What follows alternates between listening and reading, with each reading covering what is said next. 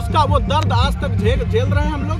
समय आते ही आपको दिखाया जाएगा कि विस्थापितों के लिए हम लोग कितना काम करेंगे। वो हमारे दिल में है, क्योंकि वो हम लोग उससे झेले हुए हैं।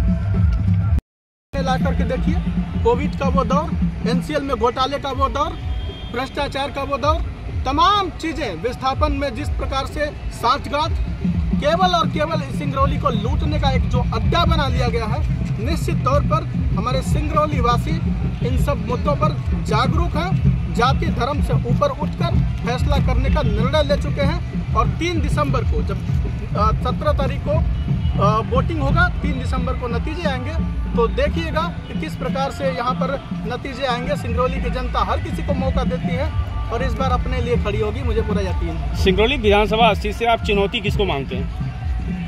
चुनौती हर व्यक्ति को मानना चाहिए। अगर किसी व्यक्ति को ये लग जाए कि हमें किसी चीज़ से प्रतिस्पर्धा नहीं है, तो निश्चित तौर पर उसकी पतन का शुरुआत हो जाता है। हर व्यक्ति को ये यहाँ पर अपने आप में एक चुनौती के रूप में देखते हैं। अगर राजनीतिक दृष्टि से आप कहना चाहते हैं कि मैं चुनौती किसको मानता हूँ, तो कोई विरोधी नहीं है, कोई प्रतिस्पर्धी नहीं है। हम तो चाहते हैं कि सिंगरौली की जनता सच्चाई देख करके और अपने न्याय और भ्रष्टाचार से मुक्ति को जिस प्रकार से करने के लिए कर्तव्य किए जा रहे हैं, उसको देख करके यदि वोट करती है, तो निश्चित तौर पर कोई चुनौती का सवाल ही नहीं होता है, क्योंकि दूर दूर तक खड़े और दिखाई नहीं दिए जहां पर हम लोग जाकर के आवाज उठाएं। चुनाव से पहले अभी आपने कर्तव्य पत्र अपने लोगों के बीच में आपने दर्शाया था, जनता के बीच में। उन कर्तव्य पत्र के बारे में कुछ आप बताएंगे? एक लोगों से जितना बन सका गांव में, शहर में और पीड़ित प्रभावित के लोगों के क्षेत्र में जाकर, कौन जाता है भाई?